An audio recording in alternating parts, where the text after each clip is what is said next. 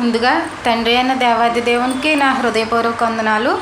అలాగే చేరువచ్చిన మీ అందరికీ కూడా ప్రభు పేరిట వందనాలు తెలియజేసుకుంటున్నానండి. ఒక చిన్న ప్రార్థన చేసుకుందాం. మహాపరిశుద్ధుడా, మహోన్నతుడా, సర్వోన్నతుడా తండ్రి, పరలోకమందు ఉన్నటువంటి మా ప్రియ పరలోకపు కన్న తండ్రి, మీ ఘనమైన నామానికి తండ్రి లెక్కింపలేని స్థుతులు స్తోత్రములు దేవా. మరి కొత్త సంవత్సరంలోనికి మమ్మల్ని ఎంతో ఆనందంతో సంతోషంతో ప్రవేశించినట్లుగా, ముఖ్యంగా మీ సన్నిధి భాగ్యంతో ప్రార్థనా జీవితంతో ప్రవేశించడానికి సహాయం చేసినందుకు, కృప చూపినందుకు తండ్రి మీకు వందనాలు, స్తుతులు స్తోత్రములు దేవా. ఇదిగో ప్రభువా, మరి మొట్టమొదటి రోజున మరి ఆరాధన జరిగిస్తుండగా ఈ ప్రతి కార్యక్రమంలో కూడా మీరే తోడుగా ఉండండి. మరి ఏ ఇబ్బంది రాకుండా సకాలంలో ఆ టైంకి అన్నీ జరుగునట్లుగా దేవా మీ కృపను చూపండి తండ్రి. వస్తున్న బిడ్డలందరినీ కూడా క్షేమంగా మీ సన్నిధికి తోడుకొని రమ్మని వేడుకుంటున్నామయ్యా. వాక్య సందేశంలోనికి వెళ్చుండగా చెప్పుచున్న నాకు సమయోచితమైన జ్ఞానాన్ని ఇవ్వండి, ఆత్మ సహాయాన్ని అనుగ్రహించండి తండ్రి. చేరువచ్చిన సంఘ బిడ్డలందరినీ కూడా జ్ఞాపకం చేసుకునండి. మునుపటి కంటే కూడా అధికమైన మేలులు దయచేస్తానని చెప్పారు నాయన తండ్రి. మరి మీ బిడ్డలు మీ సన్నిధిలో ఉన్నారు, మిమ్మల్ని ఆశ్రయించి ఉన్నారు, మీ సహాయం కోసం ఎదురు చూస్తున్నారు ప్రభువా. మరి వారిని ఎల్లప్పుడూ కూడా మీరు రెక్కల చాటున భద్రపరుస్తూ తండ్రి దేవా, ఏ లోటు లేకుండా ప్రతి కుటుంబం కూడా సమృద్ధికరంగా ఉండునట్లుగా, దీవెనకరంగా ఉండునట్లుగా, అనేకులకు మాదిరికరంగా ఉండునట్లుగా తండ్రి ప్రతి ఒక్కరిపై మీ కృపను చూపండి, దయ చూపండి తండ్రి. ఎట్టి పరిస్థితుల్లోనూ కూడా మార్గాన్ని తప్పి బ్రతకకుండానట్లు వారి హృదయాన్ని తెరచి ఆ యొక్క మరి కావలసినటువంటి జ్ఞాన సంగతుల్ని వారి హృదయాల్లో భద్రం చేసుకునేటువంటి గొప్పదైన స్థితిని అందరికీ దయచేయమని, మరి ఉన్నటువంటి బిడ్డలందరికీ కూడా మంచి ఆరోగ్యాన్ని, తెలివిని, జ్ఞానాన్ని అనుగ్రహించమని తండ్రి వేడుకుంటూ ఈ చిన్ని ప్రార్థన పరిశుద్ధుడైన యేసుక్రీస్తు వారి పేరిట అడిగి వేడుకుంటున్నాం పరమ తండ్రి, ఆమేన్. మనం కొత్త సంవత్సరాన్ని ఎలా ఎదుర్కోవాలి అనే విషయంలో కొన్ని జాగ్రత్తలు అయితే రాత్రి మాట్లాడుకున్నాం కదండి. అయితే అపవాది ఒక్కొక్కరిని చాలా రకాలుగా భయపెట్టే ఉంటుంది. గత సంవత్సర కాలంలో ఎన్నో ఒడిదుడుకులు ఎదుర్కొన్న వాళ్ళు, సమస్యలు ఎదుర్కొన్న వాళ్ళు, ఇబ్బందులకు గురైన వాళ్ళు, అనారోగ్య పరిస్థితుల్ని ఎదుర్కొన్న వాళ్ళు, ఇవన్నీ ఎదుర్కొన్నప్పటికీ దాటినప్పటికీ కూడా ఒకంత భయాన్ని కలుగజేస్తుంది. భయం అనేది ఎంత ప్రమాదకరమైందంటే నెక్స్ట్ స్టెప్ వేయనివ్వదు. ఇంకా దేవునిలో అడుగు అవనివ్వండి, జీవితంలో మరొక మెట్టు ఎక్కడానికి కానీ ఈ భయం చోటు చేసుకున్నప్పుడు చాలా ఇబ్బందికరంగా ఆపేస్తుంది. ఇది ఒక పెద్ద ఆటంకంగా మన జీవితంలో ఉండిపోద్ది. అయితే దేవుడు ఎలా ధైర్యాన్ని ఇస్తున్నాడు మనకి, దీన్ని ఎలా తొలగించుకోమని చెప్తున్నాడు, ధైర్యంతో ముందడుగు ఎలా వేయమంటున్నారు అంటే కొన్ని విషయాలు మనకి బైబిల్ గ్రంథమందు తెలియజేయడం జరిగింది. ఎందుకంటే మనం ఒకసారి కరోనాను దాటుకుని వచ్చాం కదా కొన్ని సంవత్సరాలలో, 2022 ఆ టైంలో. అప్పుడు నిజానికి వ్యాధి వచ్చిన వాళ్ళకంటే కూడా భయపడి మరణించిన వారు కూడా అంతే శాతంలో ఉన్నారంట. అంటే ఇది ఎలా అయిపోద్దేమో, రాకపోయినా ఇంకా అందరికీ వ్యాపించింది, ఇది గాలి ద్వారా సోకుతుంది కాబట్టి నా వరకు నన్ను మాత్రం వదులుతుంది ఏంటి, నా వరకు కూడా వస్తుందేమో అన్న భయంతో ప్రాణహాని వరకు ప్రాణముప్పు తెచ్చుకోవడం అనేది జరిగింది. ఈరోజు అది తీసేద్దాం. దేవుడి దగ్గరికి వెళ్ళి అది తీసేస్తే మనకు ఆటంకంగా ఉన్న ఒక అడ్డుని తొలగించుకున్నట్లు అవుతుంది. దేవుడిచ్చే ధైర్యంతో, దేవుడిచ్చే బలంతో, దేవుడిచ్చే ఓదార్పుతో, ఆదరణతో ముందుకు ఎలా అడుగేయాలి అనేది ఒక విషయాన్ని ఆలోచించినట్లయితే ఒకసారి ఒక మాట రాయబడిందండి. అది నిజానికి అక్కడ పలకకూడని మాట, అయినా కానీ దేవుడు ఎందుకు పలికారు అసలు అనేది మనమే ఆలోచించాలి. అక్కడ ఆ రకంగా పలకడం కరెక్టేనా అని మనకు అనిపిస్తుంది. నిజానికి రాత్రి వాగ్దానం వచ్చింది కూడా నాకు ఇదే వాక్యం. ఆశ్చర్యం అనిపించింది. ఎందుకంటే మెసేజ్లో ఏది ప్రిపేర్ అయ్యానో అదే వాగ్దానం కూడా వచ్చింది.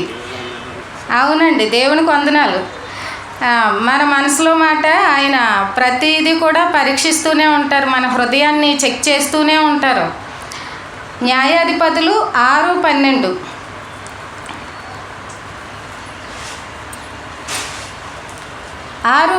చూడండి.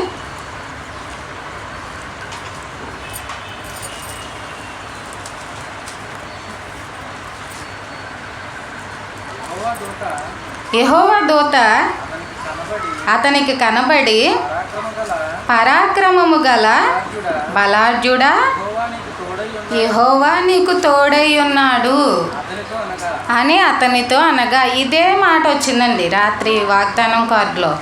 నేను ఈరోజు చెప్పాలనుకున్నది కూడా ఇదే. ఈ మాట ఎవరెవరికి చెప్తున్నారు గుర్తుందా? ఇక్కడ సందర్భం గుర్తుందా అందరికీ? దేవుని దూత వచ్చిందంట. చెప్తున్న వ్యక్తి ఎవరు? మనిషి పేరు ఏమన్నా గుర్తుందండి? గిద్యోనుతో యెహోవా దూత వచ్చి, పరాక్రమము గల బలాఢ్యుడా, దేవుడు నీకు, యెహోవా నీకు తోడై ఉన్నాడు. అసలు ఈ మాట చెప్పడానికి అక్కడ జరుగుతున్న పరిస్థితి ఏంటి, ఆ సిచ్యువేషన్ ఏంటి, అక్కడ వాళ్ళు ఏ పరిస్థితుల్లో ఉన్నారు అంటే, నిజంగా ధైర్యవంతుడైన గిద్యోను. ఒక్కొక్కసారి మన బలం మనకు తెలియదండి, మనం ఏం చేయగలమో మనకు తెలీదు, మనలో ఉన్న శక్తి ఏంటో మనకు తెలీదు. దేవుడు ఒకసారి గుర్తు చేయాలి. దేవుడు తన మాటతో చెప్పినప్పుడు మనకు కూడా వెలుగుతుంది, మన హృదయానికి తెలుస్తుంది. అప్పుడు దేవుడు మాట చేత మనిషిని నిలబెడతాడు. దేవుడు మాట చేత పడిపోయిన మనిషిని తిరిగి జీవింపజేస్తాడు. అంటే జీవోత్సవం వల్ల బ్రతుకుతున్న వ్యక్తిని కూడా ఒక మంచి గొప్పోడుగా చేసేయగలడు దేవుడు. ఎందుకంటే ఇక్కడ మైనస్ ఏంటంటే, ఎవరి శక్తి వాళ్ళు గ్రహించరు. అంటే నాకు ఇది అవ్వదేమో, నా వల్ల కాదేమో, నాకు ఇది సాధ్యం కాదేమో అన్న ఆలోచనతో ఉండిపోతారు. అక్కడ ఏం జరుగుతుందంటే, మిద్యానీయులు వచ్చి వీళ్ళందరినీ దోచుకోవడానికి, ఆక్రమించడానికి బానిసలుగా చేసి బ్రతుకుతున్నారు. మిద్యానీయులు దండెత్తి వచ్చారు, వీళ్ళందరూ బానిసలుగా బ్రతుకుతున్నారు. ఇప్పుడు ఈ గిద్యోనును చూస్తే వాళ్ళు కూడా ఎక్కడ తీసుకెళ్ళిపోయి ఏం చేస్తారో అని ఇతను ఒక గానుగ చెట్టు దగ్గర ఉండి దాక్కుని ధాన్యం ఏదో చెరుగుతూ ఉన్నారు. ఈ టైంలో అంతేనండి, ధాన్యం చెరుగుతూ ఉంటారు. అంటే టైం తక్కువ ఉంది కాబట్టి నేను టూకీగా చెప్తాను. అయితే ఈ టైంలో నువ్వు చాలా ధైర్యవంతుడివి అని దేవుడు చెప్తే గిద్యోనికి ఏమనిపిస్తుంది? ధైర్యమా నాకా? ఆ ధైర్యమే ఉంటే చెట్టు చాటును ఎందుకు దాక్కుంటాను? ఆ ధైర్యమే ఉంటే ఇప్పుడు మన దగ్గర కూడా, మనతో కూడా ఇదే మాట చెప్తున్నారండి.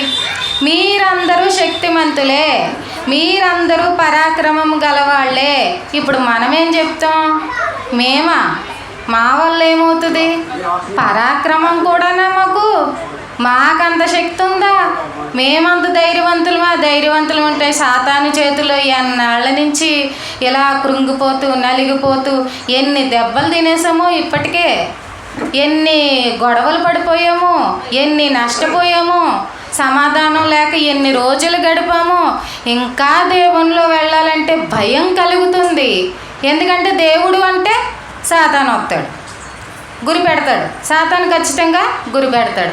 ఇప్పుడు దేవుడు మాట వినబడుతుంటే విశ్వాసంలో ఏదో కాస్త అడుగేద్దాం అనుకుంటుంటే సాతాను ఏం చేస్తాడు? విశ్వాసానికి తగ్గ పరీక్ష పెడతాడు, పరీక్ష పెంచుతూ ఉంటుంటాడు. ఇప్పుడు ఇలా మన పరిస్థితి ఉన్నప్పుడు నువ్వు పరాక్రమవంతురాలివి అంటే ఎలా ఉంది? నిజమా?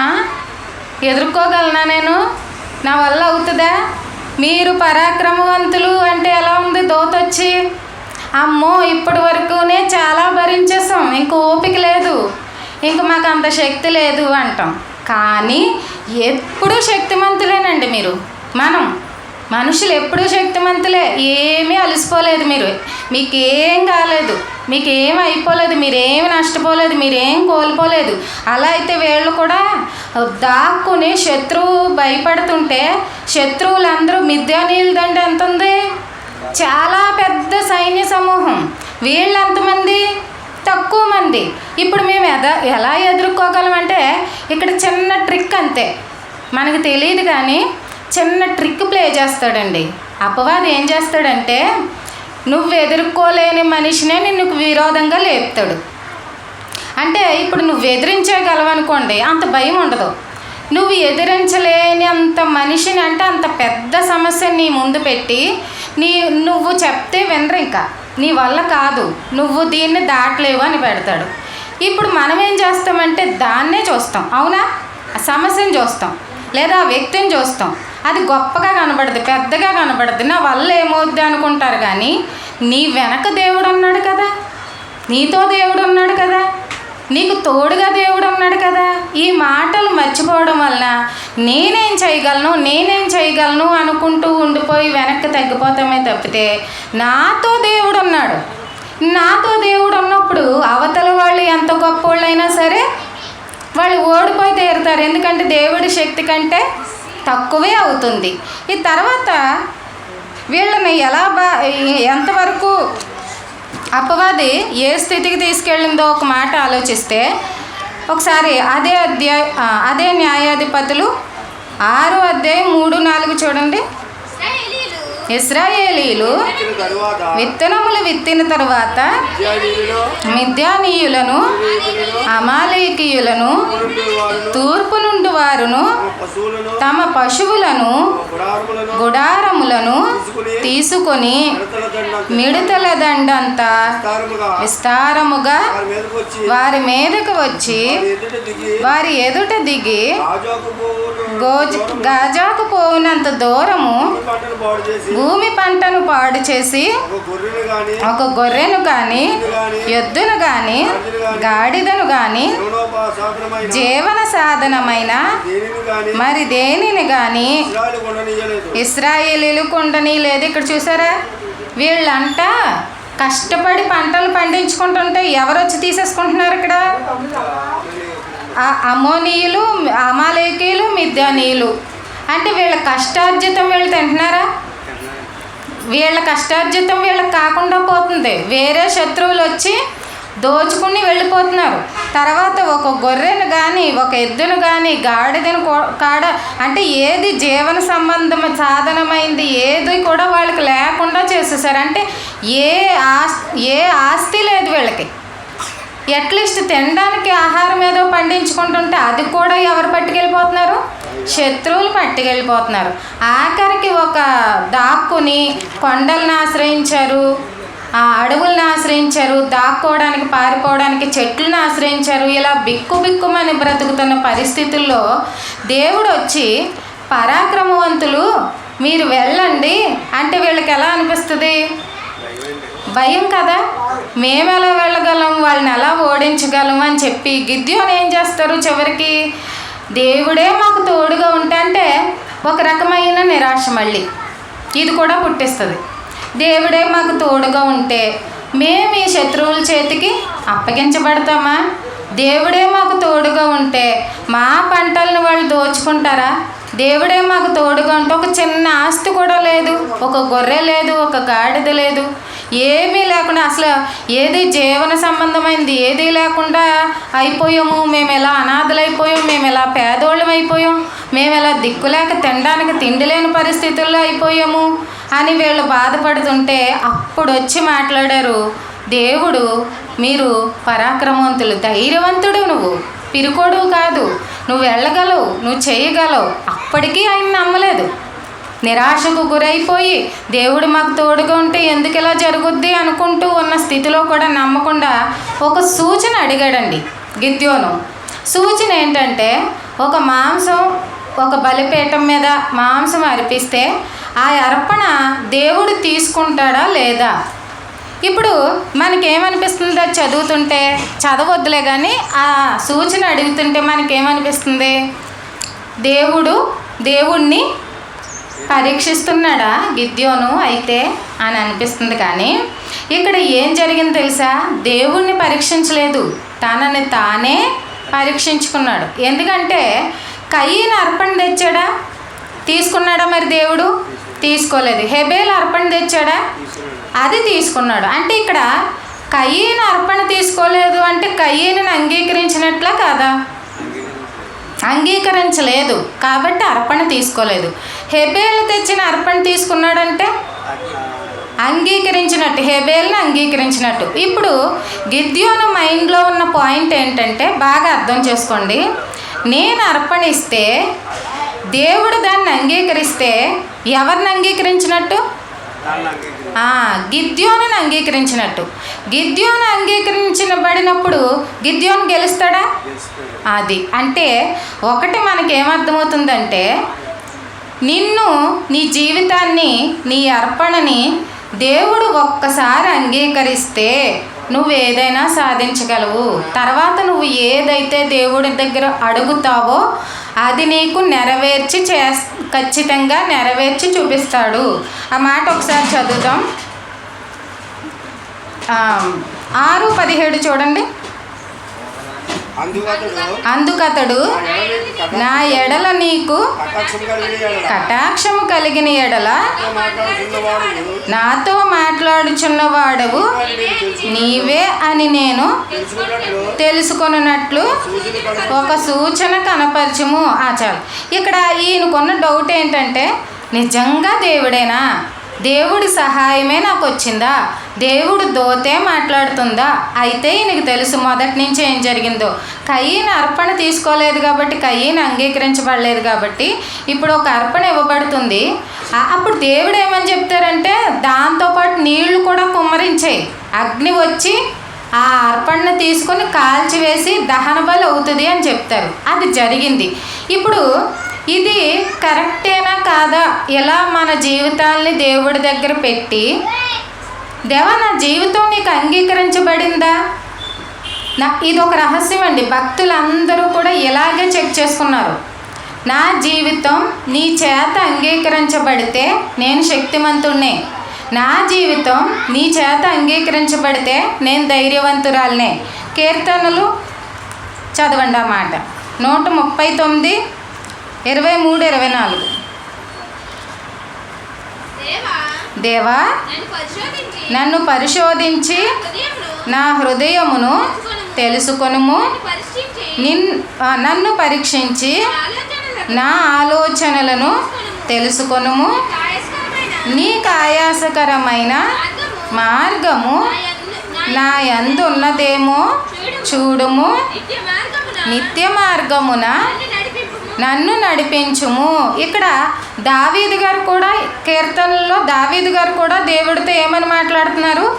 నన్ను పరిశోధించి నన్ను ఒక్కసారి నా హృదయం చెక్ చేయి, నా హృదయం ఏంటో తెలుసుకో, నా ఆలోచన ఏంటో తెలుసుకో. ఒకవేళ నీకు ఆయాసకరం అంటే నీకు ఇష్టం లేని మార్గం నాలో ఏదైనా ఉందా, నీకు ఇష్టం లేని ఆలోచన నా జీవితంలో ఉందా, నీకు ఇష్టం లేని పని ఏమన్నా నేను చేస్తున్నానా అని దావీదు ఎందుకు చెక్ చేసుకున్నాడో తెలుసండి?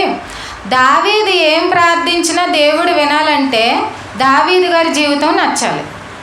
గిద్యోను ఏమి ఇచ్చినా దేవుడు అంగీకరించాలంటే గిద్యోను జీవితం దేవుడు అంగీకరించాలి. మొట్టమొదటగా ఇక్కడ సక్సెస్ అవ్వాలంటే ఒక్కసారి దేవుడు తీసుకోవాలి మన జీవితాలంటే, మనల్ని అంగీకరించాలి, లేదా మన ప్రార్థనలకి సహాయం చేయాలి, మన సమస్యల్లో ఆయన దేవుడు తోడును పంపించాలి, సహాయాన్ని అందించాలి అంటే జీవితం అంగీకరించబడాలి దేవుడి చేత.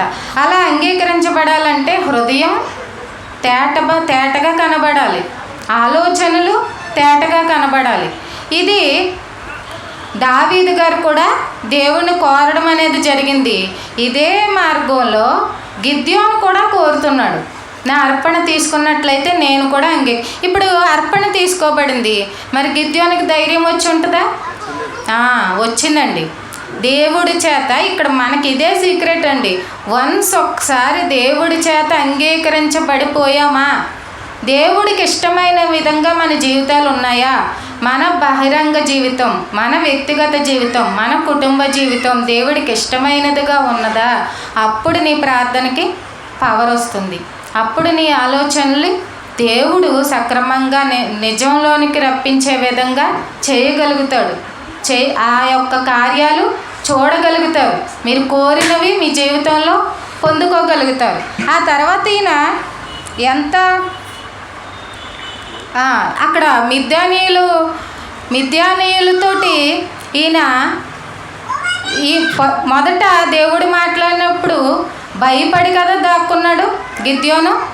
తర్వాత వెళ్ళాడు. మరి దేవుడు మాట్లాడిన తర్వాత ఎంతమందితోటండి యుద్ధం? వాళ్ళేమో లక్షల మంది ఉన్నారు. ఈయన ఎంతమందితో వెళ్ళారు? కేవలం 300 మందితో. 300 మందితో దేవుడు మీరు ధైర్యంగా వెళ్ళండి, మీరే గెలుస్తారు అని ఒకసారి అంగీకరించి గిద్యోనుని ఆయన యొక్క జనాంగాన్ని పంపించి యుద్ధంలో గెలిపించేశాడండి. ఇది ఎలా సాధ్యమైంది? మరి అప్పటి వరకు భయంతో కదా ఉన్నారు వాళ్ళు, చాలా భయపడ్డారు కదా. వాళ్ళేమో మిడతల దండ అంత ఉంది, మా పంటలు మమ్మల్ని మా కష్టార్జితం ఏం తింటలేదు, సంపాదించేది వీళ్ళైతే దోచుకొని పోయేది శత్రువులు. వీళ్ళకున్న ఈ పశువులు ఒక్కటి కూడా లేకుండా, పశు సంపద ఒక్కటి కూడా లేకుండా, ఆస్తి అనేదే లేకుండా నిరుపేదలను చేసి వాళ్ళు వెళ్ళిపోతున్నారు, పట్టుకెళ్ళిపోతున్నారు. ఇలా ఉన్నవాళ్ళు, ఇలా భయపడిన వాళ్ళు, వాళ్ళని చూస్తేనే భయపడిన వాళ్ళు కేవలం 300 మందితో వెళ్ళి లక్షల మందిని ఓడించి వచ్చారు. చివరికి వచ్చేసరికి గిద్యోను పరాక్రమవంతుడైనప్పుడు ధైర్యవంతుడేనా? ఆయన జీవితం అంగీకరించబడిందా? ఇప్పుడు అంగీకరించబడింది. ఒక్కసారి ఆయన అర్పణ జీవితం అంగీకరించబడ్డాక ఏమైందో ఒకసారి చూడండి. ఇది ఎలా సాధ్యమైందో. న్యాయాధిపతులు 6:34 చూడండి. 6:34 యెహోవా ఆత్మ గిద్యోనును ఆవేశించెను. ఆగండి. ఇక్కడ ఎంతకీ ఎలా వచ్చేసింది ఇప్పుడు శక్తి? అర్థమైందండి? దేవుని ఆత్మ ఆ కార్యం జరిగే విధంగా చేసింది. అక్కడ లక్షల మంది ఉండేవండి, కోట్ల మంది ఉండేవండి. ఇక్కడ నీతో ఉన్నది ఎవరు? దేవుడి ఆత్మ నీకు తోడుగా రావాలి. మరి దేవుడి ఆత్మ నీకు తోడుగా రావాలంటే ముందు టెస్ట్ ఏంటి? పరీక్షించడంలో ఏం జరగాలి? నిన్ను అంగీకరించాలి అంతే. నీ జీవితం ఆయనకు నచ్చాలి, నీ హృదయం నచ్చాలి, నీ ఆలోచనలు నచ్చాలి. అప్పుడు తన శక్తిని నీకు శక్తిగా ఇచ్చి ఎంతో ధైర్యంగా దేన్నైనా ఎదుర్కొనే శక్తిని నీకు ఇవ్వగలుగుతాడు. ఒకవేళ ఇది జరగట్లేదు అంటే మనలో ఏదో నచ్చలేదు, ఏదో లోపం ఉంది, ఇంకా ఏదో బలహీనత ఉంది, ఇంకా ఏదో దిద్దుబాటు జరగాలి. ఈ విధంగా గిద్యోను ఒక చోట దాక్కుని భయపడుతూ ఉన్న గిద్యోనుని ధైర్యంగా మార్చేశాడు.